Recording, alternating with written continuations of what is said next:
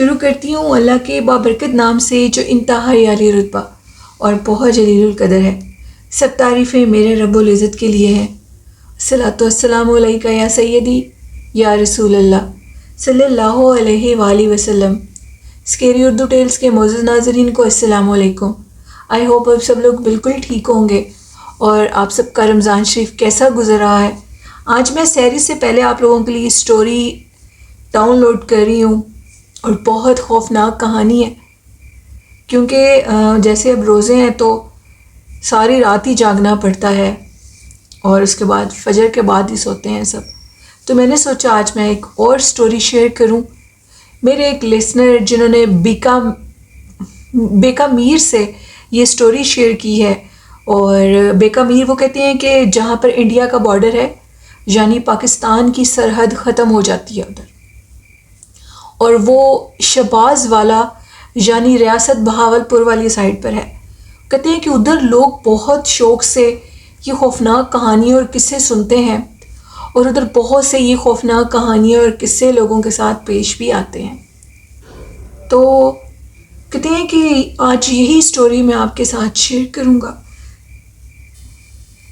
Story کچھ اس طرح ہے کہ وہ کہتے ہیں کہ یہ واقعہ ہم لوگ بارڈر کے قریب ہی ہم لوگوں کا گھر ہے۔ ہم لوگوں کا گھر پہلے مٹی کا تھا۔ پرانے وقتوں میں جب ہم بچے تھے، چھوٹے تھے، تو ہم لوگوں کا گھر مٹی کا تھا۔ وقت گزرنے کے ساتھ ساتھ حالات بدل جاتے ہیں۔ میرا جو کمرہ تھا، میرے کمرے کے اندر ایک پرانی لکڑی کی ونڈو لگی ہوئی تھی، اور گرمیوں کے موسم میں اکثر وہ میرے امی ابو کھول دیا کرتے تھے، کیونکہ میں، میرا چھوٹا بھائی اور میری ایک چھوٹی بہن، ہم تینوں ایک ہی کمرے میں سوتے تھے۔ کمرے کافی چھوٹے ہوتے تھے، تو وہ کہتے ہیں کہ ہم لوگ ادھر سویا کرتے تھے، تو اکثر رات کو 2 بجے کے قریب میری آنکھ کھل جاتی تھی خود بخود۔ اس ٹائم میں 15 سال کا ہوں گا، میں اپنے بہن بھائیوں میں سب سے بڑا تھا، اور میری جو چھوٹے بہن بھائی تھے، میرے سے چھوٹا ایک بھائی اور پھر ایک بہن تھی، میں ان سے اسی طرح پیار کرتا تھا جیسے والدین اپنے بچوں سے۔ بچپن سے ہی میں بہت زیادہ اپنی ذمہ داری کو پورا کرتا تھا، اور شاید اپنی عمر سے زیادہ ذمہ داری کو نبھاتا تھا۔ کہتے ہیں کہ میرے ساتھ کچھ اس طرح ہوا کہ میری آنکھ 2 بجے کھلتی تھی، اور میں جب ٹائم دیکھتا تھا گھڑی سے تو وہ 2 بجے کا ہوتا تھا، اور ایک عورت مجھے نظر آتی تھی جو کہ ونڈو کے اندر کھڑی ہوتی تھی۔ ایک کالے رنگ کا عجیب سا ہیولا سایہ، اتنی سینس تھی کہ کوئی ونڈو کے پاس کھڑا ہوتا ہے۔ خیر، اس عمل کو 3 سال گزر چکے تھے، لگاتار 3 سال وہ 2 بجے میری خواب میں میرے سامنے آتی تھی ونڈو میں، اور پھر غائب ہو جاتی تھی۔ وقت کے ساتھ ساتھ اب حالات بدلتے گئے۔ میری عمر 19 سے 20 سال ہو چکی تھی۔ اب میں کیا دیکھتا ہوں کہ رات کو پھر میری آنکھ کھلتی ہے تو وہ چہرہ اب واضح ہوتا جا رہا ہے۔ انتہائی خوفناک، انتہائی وحشتناک وہ چہرہ جو کہ مجھے کھڑے ہوئے دیکھ رہا ہوتا تھا۔ ایک دفعہ اس کا چہرہ دیکھ کر میں اتنا ڈر گیا کہ میں نے ڈر کے مارے اپنی آنکھیں نہیں کھولیں اور اپنے منہ کے اوپر بلینکٹ کر لیا۔ میں آپ کو یہ بتاؤں کہ ہم لوگوں کی وہ ونڈو سردیوں میں بھی اور گرمیوں میں بھی کھلی رہتی تھی۔ مٹی کے کمرے تھے اور اتنی گھٹن ہو جاتی تھی کیونکہ اندر ہم آگ جلاتے تھے، تو وہ چھوٹی ونڈو تھی جس کو ابو کھول دیا کرتے تھے۔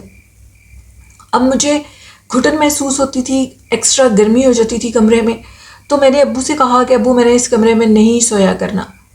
میں نے اس کمرے سے اپنا سارا کچھ اٹھا کر دوسرے کمرے میں چلا گیا۔ 3 ہی تو کمرے تھے، مٹی کا گھر تھا۔ اب میں دوسرے کمرے میں جب سونے لگا تو اس کمرے میں کوئی ونڈو نہیں تھی۔ اس کا دروازہ ہم لوگ کھول دیتے تھے کیونکہ ہمارے گھر کے اندر ایک چھوٹا سا صحن تھا، وہیں سے ہوا اندر پاس ہوتی رہتی تھی۔ انہوں نے بتایا کہ میں جب اس کمرے میں جا کر سونے لگا تو رات کو وہ میرے خواب میں آ گئی اور مجھے یہ کہتی ہے کہ تم نے اس کمرے کو کیوں چھوڑا ہے؟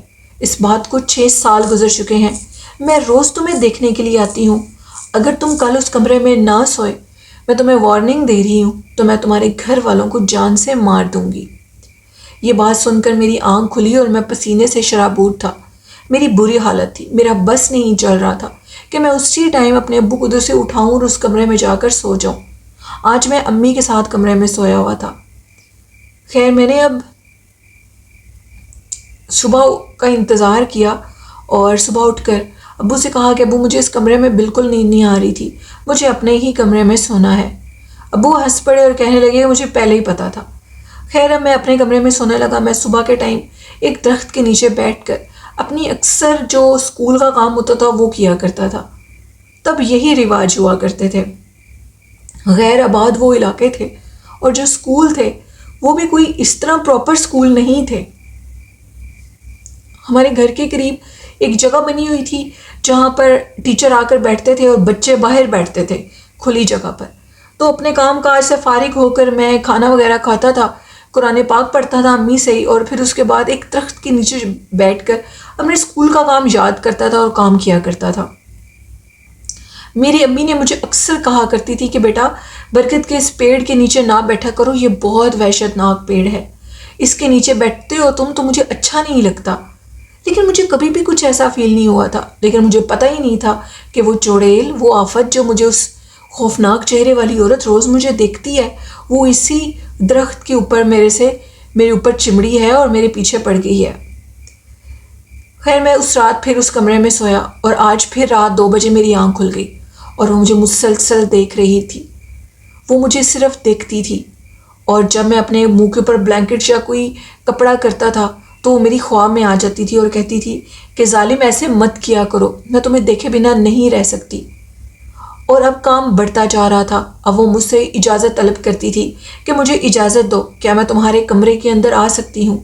مجھے میری فکر نہیں تھی، مجھے میرے چھوٹے بہن بھائیوں کی فکر تھی جو کہ اب بڑے ہو رہے تھے، وہ ان کو بھی نقصان دے سکتی تھی۔ یہ بات اب چھپانے کے لائق نہیں تھی۔ میں نے یہ بات اپنے امی سے، اپنے ابو سے شیئر کی اور ان کو بتایا کہ یہ واقعہ آج سے 6 سال تک مجھ سے پیش آتا رہا ہے، اور اب وہ چیز مجھ سے اجازت طلب کرتی ہے کہ مجھے اندر آنے دو۔ وہ انتہائی خوفناک شکل کی پرسرار عورت ہے، اور اکثر جب میں رات کے ٹائم گھر سے باہر جاتا ہوں تو مجھے میرے پیچھے سے پائل چھنکنے کی آواز آتی ہے۔ کوئی باقاعدہ طور پہ سارا دن میرا پیچھا کرتا ہے، لیکن وہ مجھے نظر نہیں آتا۔ جب میں اپنے گھر میں ہوتا ہوں اور دوسرے کمروں میں ہوتا ہوں تو وہ مجھے محسوس ہوتی ہے کہ وہ جیسے میرے بالوں کو کھینچ رہی ہو اور مجھے کوئی تکلیف دے رہی ہو۔ جیسے ہی میں اپنے کمرے میں جا کر بیٹھتا ہوں تو مجھے کوئی تکلیف نہیں آتی، میں پرسکون ہو جاتا ہوں، کوئی میرے جسم کو جو اذیت دیتا ہے وہ دینا چھوڑ دیتا ہے۔ امی ابو حیرانگی سے میرا چہرہ دیکھ رہے تھے اور یہ کہہ رہے تھے کہ تم اتنے صابر انسان کیسے ہو سکتے ہو، تم چھوٹی عمر میں اتنا کچھ کیسے اکیلے برداشت کرتے رہے ہو۔ میں نے کہا کہ اب تو میں نے برداشت کیا ہے، لیکن اب باری میرے بہن بھائیوں کی ہے، اور اس لیے میں نے اس چیز کو آپ لوگوں کو بتا دیا۔ امی ابو نے کہا کہ گھبرانے کی ضرورت نہیں ہے، ہم کسی اللہ والے کے پاس جائیں گے۔ تب بہت زیادہ نیک لوگ ہوا کرتے تھے، اب بھی ہوں گے، لیکن ان وقتوں میں یہ چیزیں اتنی ٹرینڈ میں نہیں تھی، یہ گانے، فلمیں، ڈرامے، سب کچھ۔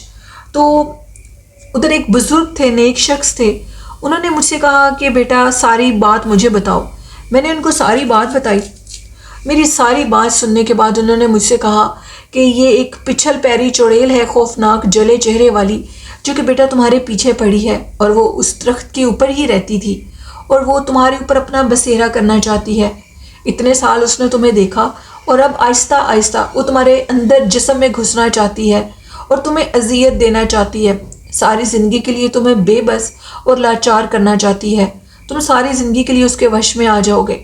یہ تم نے بہت عقل مندی کی، اور تم پہ اللہ کا کرم تھا جو تم نے اس کو اندر آنے کی اجازت نہیں دی، کیونکہ یہ جسم کے اوپر سوار ہو جاتی ہیں اور انسان کو ہوش نہیں رہتی، اور وہ لوگ اس نشے کی حالت میں کچھ بھی کر سکتے ہیں۔ وہ جب بھی تم سے اجازت طلب کرے تو تم نے اس کو اجازت نہیں دینی، اور تم نے خاموشی سے اپنے منہ کے اوپر کپڑا کر لینا ہے۔ وہ بہت بڑے اللہ والے ماہر علم رکھتے تھے، اور انہوں نے مجھے ایک عمل بتایا۔ اس عمل کو دن میں 101 دفعہ کرنا تھا، کسی بھی ٹائم کر سکتے تھے، اور ایک چھری تھی جس کے اوپر وہ عمل کیا گیا تھا۔ اس عمل کو انہوں نے کہا کہ اس چھری کو تم نے اپنے پلو کے نیچے یعنی سرہانے کے نیچے رکھنا ہے۔ میں نے ایسے ہی کیا اور اس عمل کو دن میں 101 دفعہ کیا۔ تقریباً 10 دن اس عمل کو کرنا تھا۔ وہ بہت بڑا عمل تھا، بہت بڑی کلام تھی۔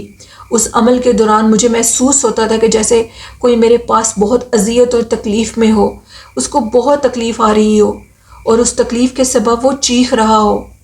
پھر اس کے بعد 10 دن کے عمل کے بعد وہ چھری میں نے اپنے تکیے کے نیچے رکھی اور ایک چھری اور ایک لہسن کا، وہ کہتے ہیں کہ پورا لہسن تھا، اس کو انہوں نے اس ونڈو کے اوپر لٹکا دیا اور کہا کہ اس ونڈو کو کبھی نہیں کھولنا، چاہے جو مرضی ہو جائے، اس کمرے کو بھی نہیں چھیڑنا۔ ویسے ہی کیا گیا۔ اس پلو کو نیچے میں نے ایک چھری رکھی اور ایک چھری عمل کی اس لہسن کے ساتھ، میں نے لہسن کے جووں کے ساتھ ادھر لٹکا دی، اور پھر اس کے بعد وہ چڑیل آفت کبھی نہیں آئی میرے گلے میں۔ اس کے بعد انہوں نے کچھ دم کر کے ایک ہڈی نما چیز تھی، انہوں نے میرے گلے میں ڈال دی اور آج تک وہ میرے گلے میں ہے۔ میں اس کو سنبھال کے رکھتا ہوں کہ کہیں وہ چیز مجھ پہ دوبارہ حاوی نہ ہو جائے۔ یہ کہانی تھی بیکا میر سے میرے ایک بھائی نے شیئر کی، بہت شکریہ آپ کا۔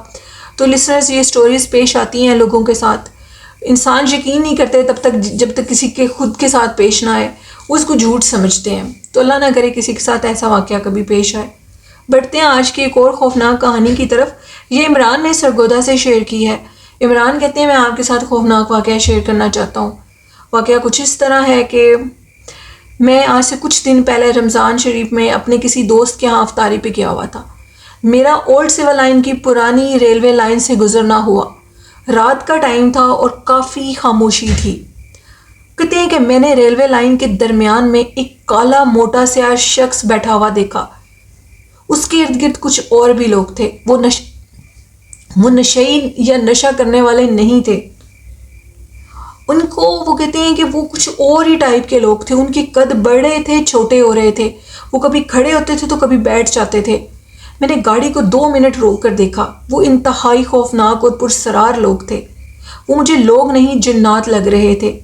ان کو دیکھ کر میں بہت زیادہ ڈر گیا اور جلدی سے گاڑی لے کر چلا گیا، کیونکہ میں اکثر ایسے سنسان روڈ پہ اکیلا گھومتا پھرتا رہتا ہوں، جس کی وجہ سے مجھے یہ خوفناک مخلوقات نظر آتی ہیں۔ یہ کہانی تھی چھوٹی سی عمران کی، اور کہتے ہیں کہ رمضان شریف کے بعد میں اپنے اور بھی خوفناک واقعات آپ کے ساتھ شیئر کروں گا۔ بہت شکریہ عمران اپنی سٹوری شیئر کرنے کے لیے۔ تو یہ تھی آج کی خوفناک کہانیاں لسنرز۔ آپ لوگوں کو کیسی لگیں اپنا فیڈ بیک مجھے ضرور دیجیے گا۔ آپ بھی اپنی خوفناک کہانیاں شیئر کر سکتے ہیں، کمنٹ باکس میں آپ لوگ سٹوریز کو شیئر کر سکتے ہیں۔ اور آخر میں کہنا چاہوں گی کہ حضور نبی کریم صلی اللہ علیہ وآلہ وسلم سے سچے دل سے محبت کریں، ان کی ہر سنت اور حدیث کے مطابق زندگی گزاریں، تو کامیابیاں آپ کے ضرور قدم چومیں گی۔ اور والدین جیسی خوبصورت نعمت کی قدر کریں، قرآن پاک اور نماز پڑھیں، طہارت کی حالت میں رہیں۔ اسی کے ساتھ اپنی ہوسٹ نیلم ورک کو اجازت دیجیے۔ مجھے میرے والدین کو اپنی دعاؤں میں یاد رکھیے گا، اپنا اور اپنے والدین کا بہت سا خیال رکھیے گا۔ اللہ حافظ۔